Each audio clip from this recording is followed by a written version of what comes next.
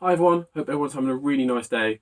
My name's James, welcome to the Damn Tech Social Takeover, and today's episode is going to be really useful. It's going to be on 6 tips to help you grow your brand on LinkedIn and help grow your LinkedIn company page.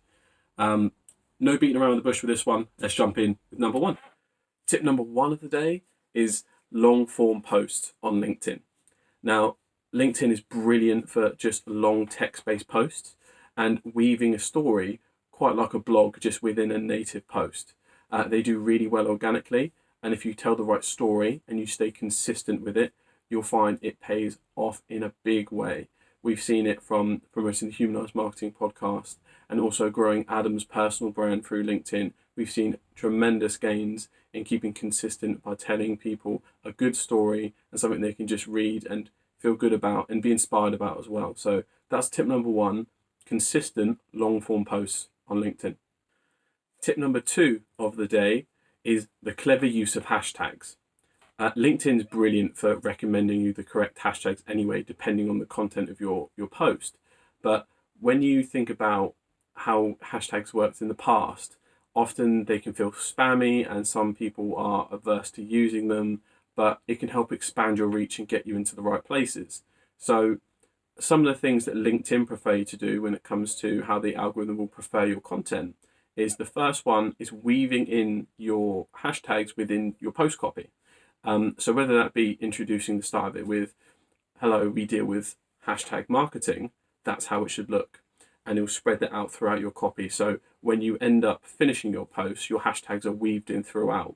And if you treat them more like embedded links, like you would in a website to click through to a blog, the hashtags can actually become a bit more useful and a bit less spammy. So you get reach and people get pointed in the right direction at the same time.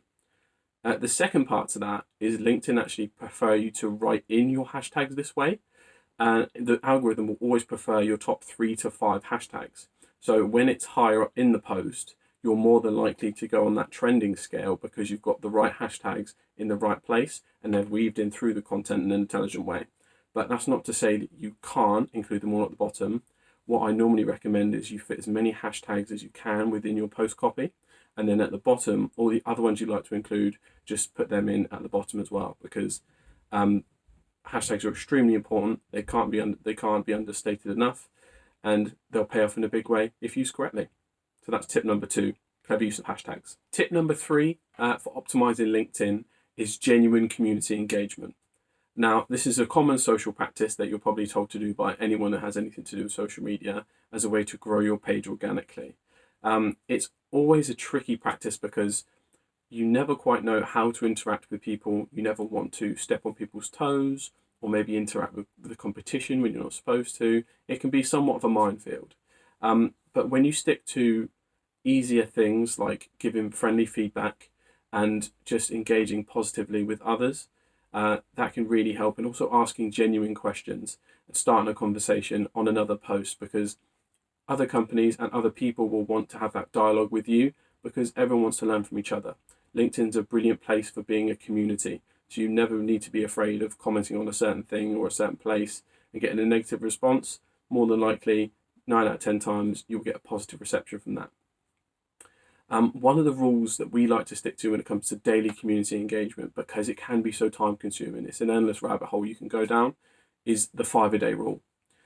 This is something that we've created in-house, which essentially, when it comes to community engagement, if you're let's say if it's just you doing your community engagement, 2 big companies or 2 big influencers to comment on a day, either to give positive feedback or to ask genuine questions, 2 medium-sized companies or influencers to end up kind of engaging with them as well, and then 1 smaller venture to get involved with and have a bit of a dialogue with.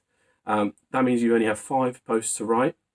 It makes it manageable, and you're going for lots of different scales in hopefully the correct sector that you're supposed to be commenting on.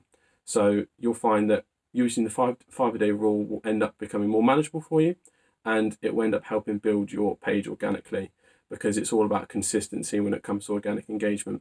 You end up building up a nice flow of people you engage with on a day-to-day basis, really build up those conversations and being part of the LinkedIn community, because it's very important, because the more you engage in, the more you use the platform, the more the platform's likely to recommend your content and really start to prioritize you in the algorithm. So that's tip number 3. On to the next one. Tip number 4 today is something that's a little less towards the algorithm and just a little bit more about yourself. And it's don't be afraid. Especially when it comes to LinkedIn. When I had the idea with the team to kind of do this social takeover, all those thoughts rush into your mind, whether it be, oh, I've never been on camera too much before, how would I know what to say, what will people think if I feel like I'm teaching them to suck eggs, things like that. All those thoughts run through your mind, and it's a case of people will appreciate content no matter how much value it does end up providing them. It's about making that effort and trying to engage with your audience that really matters. I know for me personally, my LinkedIn is filled with other marketing professionals that I've worked with throughout the years.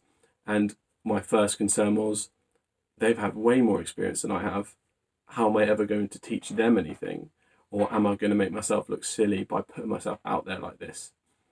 It's one of those things where don't think about it. Just do the things that are right for your audience and provide value to those people you need to. I'm sure anyone that I'm connected with online, whether we go back really, really far in university and things like that, or if someone I've recently worked with, they will appreciate the fact that the effort's been made to sit in front of the camera and put yourself out there, because everyone will understand that on a fundamental level, that you've had the bravery to sit in front of a camera or write a blog or put something of you out there for people to learn from and get value from. So that's tip number 4. Don't be afraid, be yourself and produce the kind of content that you prefer and that you think your audience will love. Tip number 5 is about weaving your narrative. LinkedIn, I think in its purest form, is a place where true entrepreneurial stories can be told, and everyone wants to know those stories to learn and inspire themselves when they're on the platform, because that's what I use LinkedIn for a lot personally. It reminds me of a concept from a brilliant TED Talk, which I'll link down below, from Simon Sinek. You all might have seen it. It's how leaders inspire action. And it's the concept of the golden circle he talks about.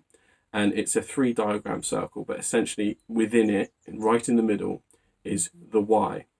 Why do you do what you do? Why should we care? Who are you?